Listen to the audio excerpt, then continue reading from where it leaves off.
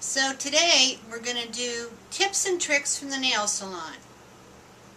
Now you might say, what's that have to do with jewelry making? Well, my friend Mildred posted a Facebook yesterday, excuse me, and she said, hey, I found this cool thing.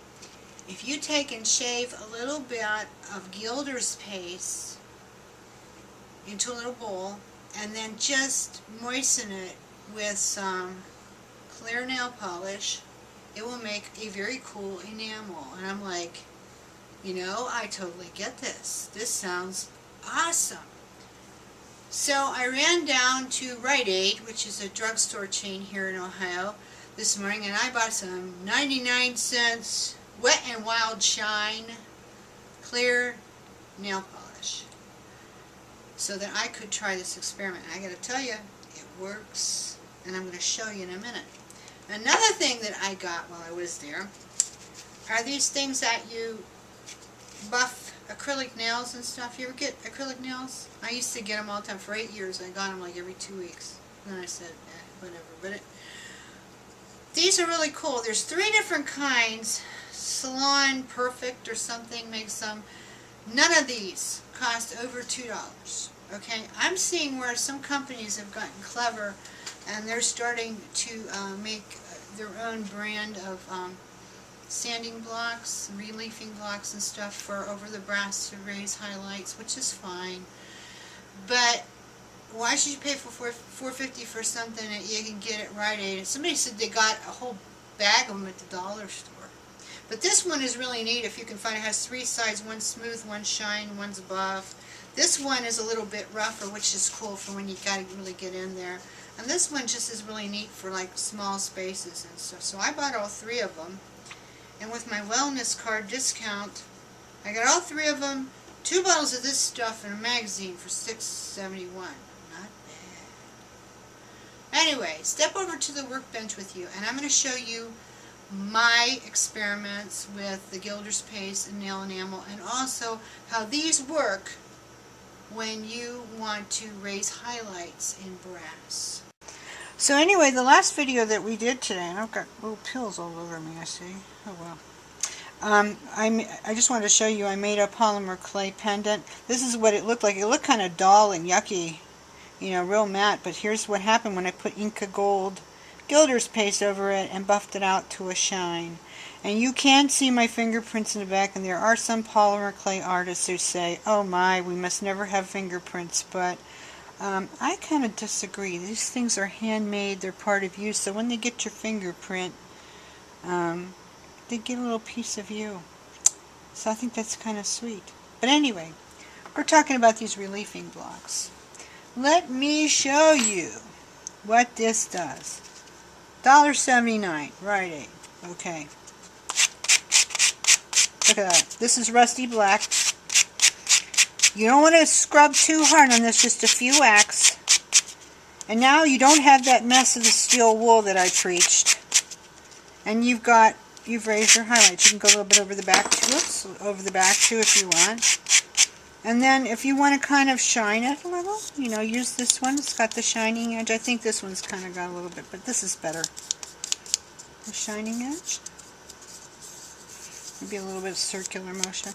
And that's good to go. That's got the stuff is raised. The highlights are raised. Let's do this little fairy and see what happens.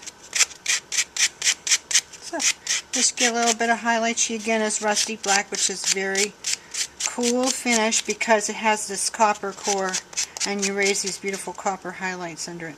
So she's good to go. And now maybe I will shine her a little bit. Okay, she's ready to be used. Isn't that pretty? Can you see the copper glints? The copper core. This is not like any kind of standard gunmetal at all. Here's one of those garter clips. These are on sale, by the way, too. They're in the What's on Sale bin. You guys might want to look there because I've been streamlining a lot of things and I've been putting a lot of deals in there, 20 to 50% off. It's time to come and have a visit if you haven't for a while. What's on sale? It's at the bottom of the left side nav bar at bisouboutiques.com. But you can see what this did here. Just scratched it up, made it look cool. It raised up the... There you go, good to go. Nail stuff. Nail tools. Just straight from the salon. We'll do what you want, okay? Now, what's really cool is if you do Mildred's trick. Now, as you can see, I've been doing it. And I don't know, I might need to shave a little bit more pinotage down here. I was using pinotage, which we carry. And I just used a box cutter and just kind of shaved a little bit off into the bowl. You might have a better way, and that's fine. Because, truth be told, I think I've pretty much wiped out this box cutter. But they're cheap. Okay, so I got a little bit in here. Okay, here's what I'm going to do. Now, just to show you. This you kind of have to eyeball. I don't have a measurement for you on this. Like I say, I'm just starting to mess around with this. But I'm just going to pour a little bit down in there. Over that loose pinotage Gilder's paste. And you need a disposable brush because cleaning this up is just going to be a bear. So use junk brushes. But you can see it's just making like a paint. Okay, and it smells like nail polish. Your cleanup is going to be with acetone, nail polish remover. I've tried it and it works just fine, okay? But anyway, this makes like an enamel. Don't paint your nails with this because I don't know about Gilder's paste on your nails besides temporary till you clean it off. I wouldn't do that, but anyways. Okay, here's some raw brass I brought over. This does make a mess. So, probably you should have something underneath your work surface, which I don't, because it's just, see, this is on there. Look at it, it looks like nail polish. You can say, well, why don't I just buy nail polish and do it? Well, I suppose you could, but, you know, if you've got Gilder's paste, then you could customize your colors a little more. You've got more flex with it. Here's one of those nice flowers, and these should be degreased, okay? Let me just put that in there. It should be degreased. Please degrease. Okay. But you're going to get kind of like an enamel finish with the Gilders as your colorant, okay? And now, as far as how this holds up, I would imagine, since it's nail polish, it could chip, but paints do. So you probably will still want to seal it with matte spray varnish, maybe, or some more nail polish that doesn't chip, or some other kind of lacquer, or just go for a distressed finish, which I am going to demonstrate to you right now. But doesn't that look good? I didn't do a great job of painting it, but I mean, you see how it goes. Okay, distressed finish. This stuff is really cool because it dries very fast. Okay, here's one that I painted, oh, I don't know, 15 minutes ago, maybe not even that long ago. I am going to distress it.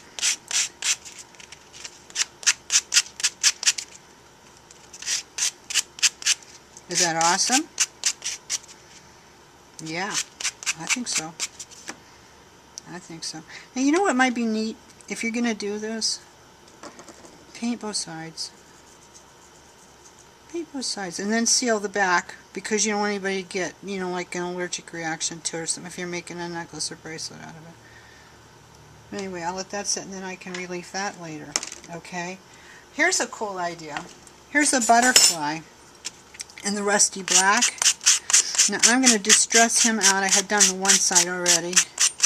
Now let's see what if I put just a little touch of this on it.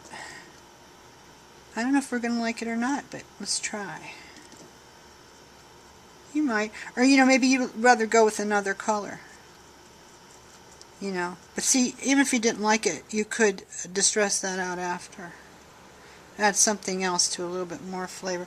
Here, to show you an example, this was rusty black, and I put some green, I think it was that Viva Decor green gold over it a couple weeks ago. So then I come along over it, I distress it a little bit, and then I put this on the highlights, and isn't that neat?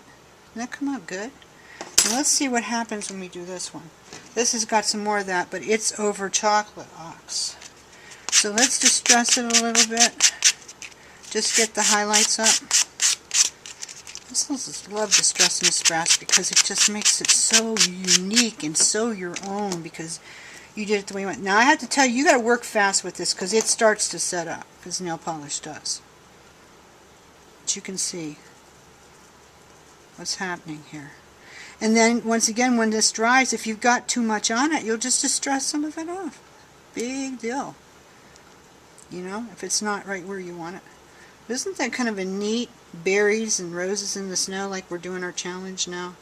Look, neat, nifty. Okay, so these are some pieces that I finished already. This one is the Wild Victorian Chicks from our website. What do I call them? Wild Victorian Chicks. Heard it through the grapevine. It's a transitional Victorian to Art Nouveau ladies with the grapes. This is a true sash brooch finding. A lady would have had this on her belt in the Victorian days. I painted it. This was raw to begin with, which would also make an awesome mold because there's a great depression in here if you want to do it for polymer clay. But I painted it with the pinotage, distressed it, and then I went back over it with Inca Gold, which is this color.